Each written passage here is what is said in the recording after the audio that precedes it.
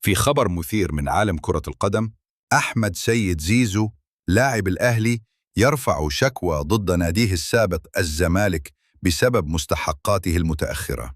زيزو طالب بمبلغ ضخم يصل إلى 82 مليون جنيه من الزمالك بسبب مستحقاته المتأخرة عن موسم 2022-2025. تضمنت الشكوى 3 ملايين و333 ألف جنيه عن 15 مباراة لعبها في موسم 2024-2025،